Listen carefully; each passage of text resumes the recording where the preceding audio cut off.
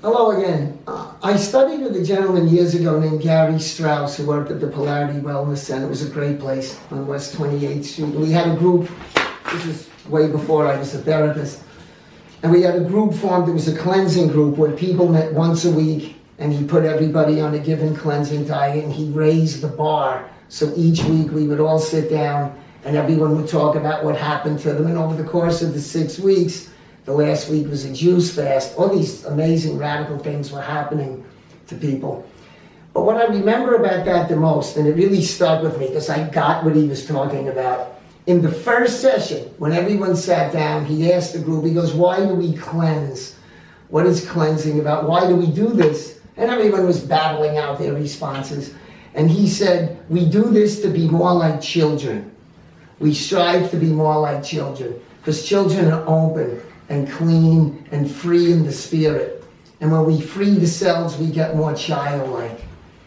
And I went through my own personal stuff where my children weren't with me for a long amount of time. And it was very difficult and painful. So I have an empathic connection to my own pain of separation to kids. And seeing children or young people in pain is very difficult to me. And when we look at the word holistic and see what the word holistic entails, a lot of people connect it to natural healing, but it actually comes from hologram, which means the whole enchilada.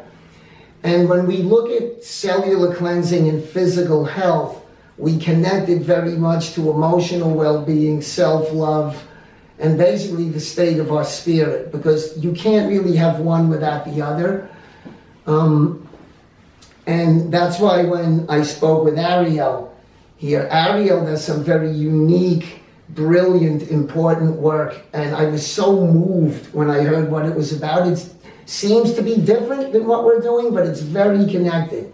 It's very connected because when people are living in an emotional pain space, it's very hard for anything to work well. And I've seen, as many people in the cleansing life have, you meet people and you feel their pain body, and you just know this ain't gonna work. They need to do something else first. And so basically, when we speak about her brilliant work, we're basically talking about a means to get people into a self-love space, which then allows them to get into an improvement space.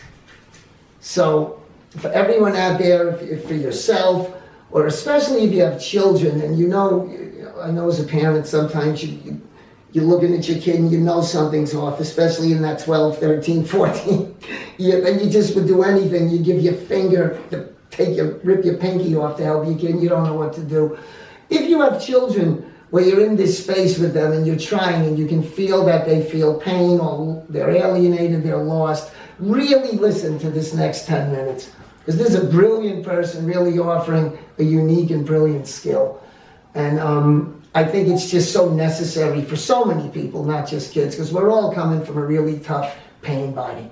Ariel, if you would, if you could explain to everybody your work. Absolutely. Well, first of all, thank you for the compliment. That's lovely. So my goal is to work with individuals, groups, couples, with providing them a space where they can find their authentic selves and to find contentment, because oftentimes we're always seeking happiness, and this happiness is inevitably going to let us down because we're not going to reach it. Instead, what I promote is the idea of finding what it is that you're truly seeking. What part of your life is lacking, what part of your past has done you wrong, the people who really you need to touch upon and say, okay, what about this is now affecting who I am, what's harming me? And as you mentioned with children, this is such a huge issue because so many people are either holding back all these emotions and they're being told that's what you have to do in order to succeed, or they're throwing all of it on the internet where it's just going to be thrown back in their face. They're going to suffer for it a lot of the time. And even if they do get positive response, a lot of times it's not authentic because it's just, this empty promises, and it can be dangerous. So what I try to do is get in a room, say, what is it? What is hurting you? What is blocking you? And I think where it connects with everything else you're offering is that what we have is what you call a psychosomatic response. So if you're holding in a lot of feelings, it's going to come out some way. Your body's not made for that purpose. It's intended to take in information and deal with it, face it head on. So the moment you start talking about what's bothering you, what has bothered you, what potentially could bother you, that's when everything starts brewing. That's when we can really grab onto it and say, okay, get mad, find a space where you can talk about what is wrong and not being punished for it, which is really such an important aspect of what I do and why I believe in it so much. As I've done a bit of travel in this field. By the way, my background is in creative arts therapy and psychoanalysis. So I've worked with refugee children, and in them, it's definitely they're often in a country where they don't speak the language, and they have nobody with whom they can connect because no one else is going to relate. So oftentimes, what you'd have to do is, okay, you're not speaking my language, and this relates to all children because you work with a teenager. They're gonna assume you don't know what I'm talking about, you don't know what I'm feeling. And I've worked in detoxes where I've never been a substance abuser, but by the end of a session, you could have them saying, you don't have to understand what I've been through, but you've lived, you've seen and felt feelings, and that's universal. So getting that traction is what you really need in order to release what you're dealing with and facing. And so my goal is to pull that out of people. And I try to use creativity, imagination, and humor. I feel like those are the strongest tools we have, really. And they're not always welcome, so I welcome them. The timing of this is great because in the news, and I'm sure people know right now in contemporary America, there's a huge issue, 13 Reasons Why on Netflix, with teen suicide and with opiates. I'm not a drug person, is that what they call? All these kids are heroin addicted, and a lot of them are in the upper echelon of the economic strata. Yeah. There's a big issue with kids being alienated, young adults being alienated. So the value of this to me seems immeasurable. And you work with art, you're mentioning, can you give maybe an example of how that would be concretely? Absolutely. I like to use different modalities of arts therapy with different populations because I've worked with people on the autistic spectrum.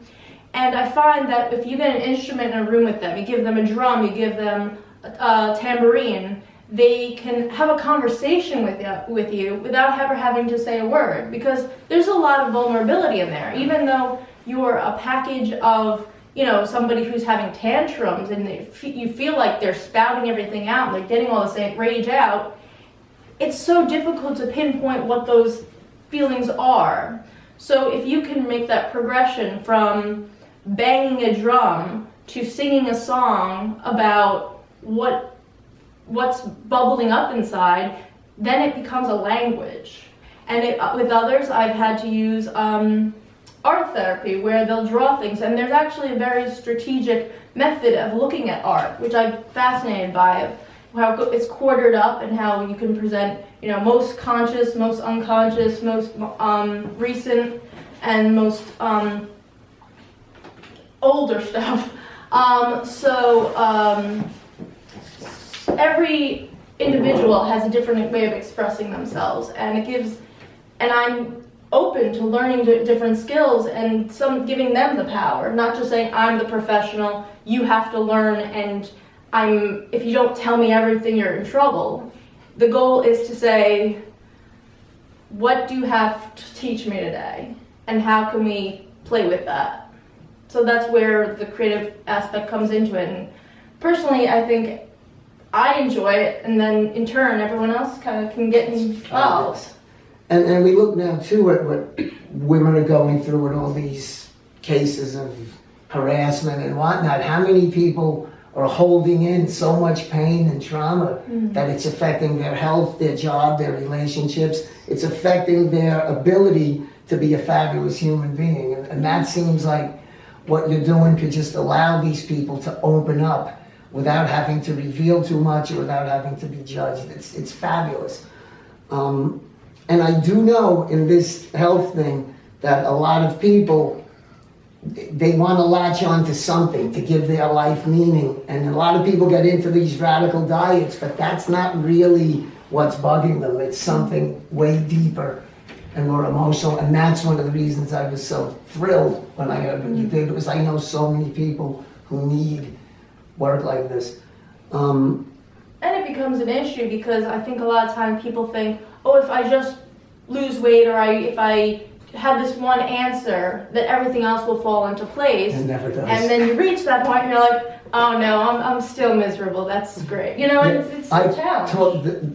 A few people in the acting, singing field over the years I've worked with who are pretty well known, they all tell you that same story. That's how people get into drugs. If I only got that big part, and then they get that big part, in comes the cash, and they still hate life, screw it, I might as well do that. So I think, again, I know how it works out there in the health world. A lot of people hearing this, I hope you really took this in because it's of such great value for all of us. I'm sure for people you know, while it may not seem to be a direct connection, it's a huge connection.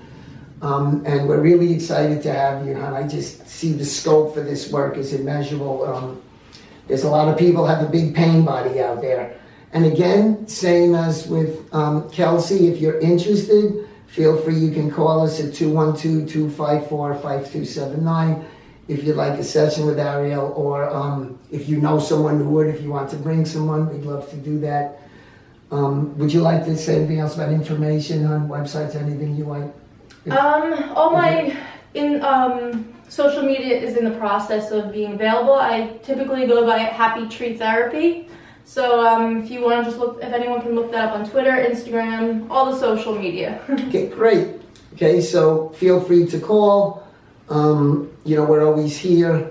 And to everyone, thank you for listening, and thanks, honey. Thank you. It was a great passage. Thank you, everybody.